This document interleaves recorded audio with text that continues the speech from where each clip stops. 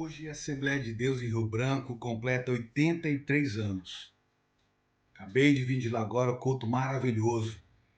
Não são apenas anos acumulados no calendário, são décadas atravessadas com decisões difíceis, lideranças discretas, escolhas que moldaram o presente sem buscar aplauso imediato.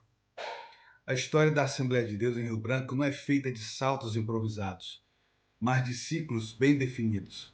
Plantio, a consolidação, o governo, a reorganização e a expansão estruturada. Houve um tempo que a igreja precisou menos de carisma e mais de ordem, menos visibilidade e mais de governo espiritual. Esse tempo tem nome: Pastor José Rodrigues Muniz. Não foi escolhido para o Acre por acaso. O cenário nacional da Assembleia de Deus, especialmente no eixo norte, ele era reconhecido como um pastor de confiança, com trânsito real entre o Pará, Amazonas e Acre. Não era um nome de projeção pessoal, mas de sustentação institucional. Era respeitado pela capacidade de organizar campos difíceis, manter doutrina firme e sustentar a igreja quando o desafio não era começar, mas continuar de pé. O seu histórico pastoral era marcado por formação assembleiana clássica, regida na doutrina, experiência em campos complexos e de uma mentalidade profunda institucional.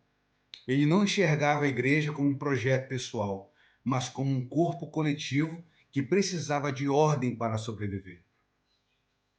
Era esse tipo de liderança que o Acre exigia naquele momento histórico.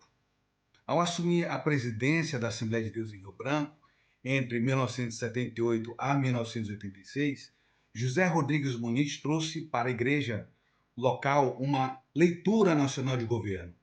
Aquilo que ele representava fora do Acre desceu diretamente para dentro da igreja. A igreja não era pensada como um conjunto de iniciativas autônomas. Era tratada como um campo pastoral governado, com cadeia clara de autoridade, zelo financeiro e disciplina doutrinária inegociável. Nada, absolutamente nada, era decidido no improviso. O culto administrativo não criava decisões, somente ratificava decisões que já haviam sido decididas, discutidas, oradas e definidas no ministério. A expansão ela existia, mas com controle, congregações eram abertas, apenas quando havia lideranças preparadas e sustentação mínima. Crescer não significava perder o governo. O cuidado com recursos, com veículo, com aluguéis, com combustível e despesa não era um detalhe pessoal e nem um traço de temperamento. Era uma formação de cultura institucional num tempo em que quase ninguém falava de gestão. Era a consciência de que recurso da igreja é sagrado porque é coletivo.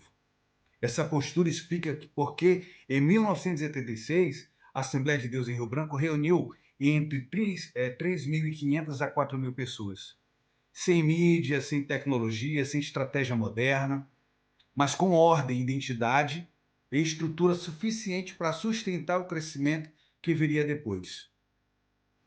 Uma das decisões mais duradouras de José Rodrigues Muniz foi a implantação das bases de ensino teológico no Acre, com a introdução da ETAD, num tempo em que o ensino teológico ainda era visto como reservas.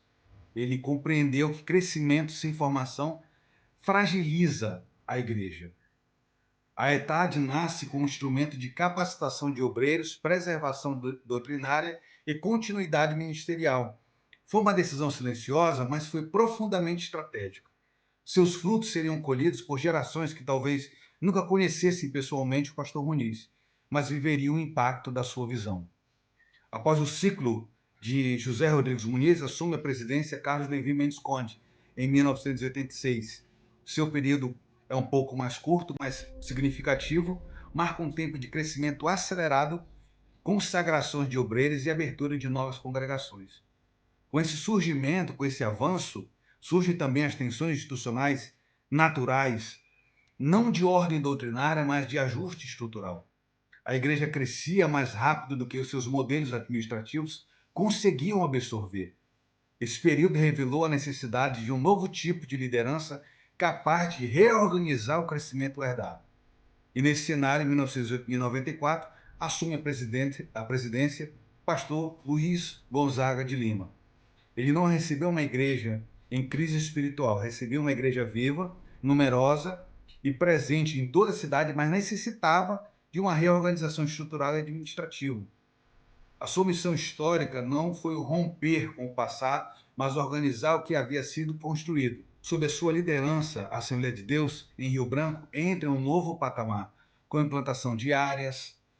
Ele conseguiu profissionalizar a administração da igreja, fortaleceu a secretaria, a tesouraria, a implantação de ensino teológico e a expansão planejada de congregações.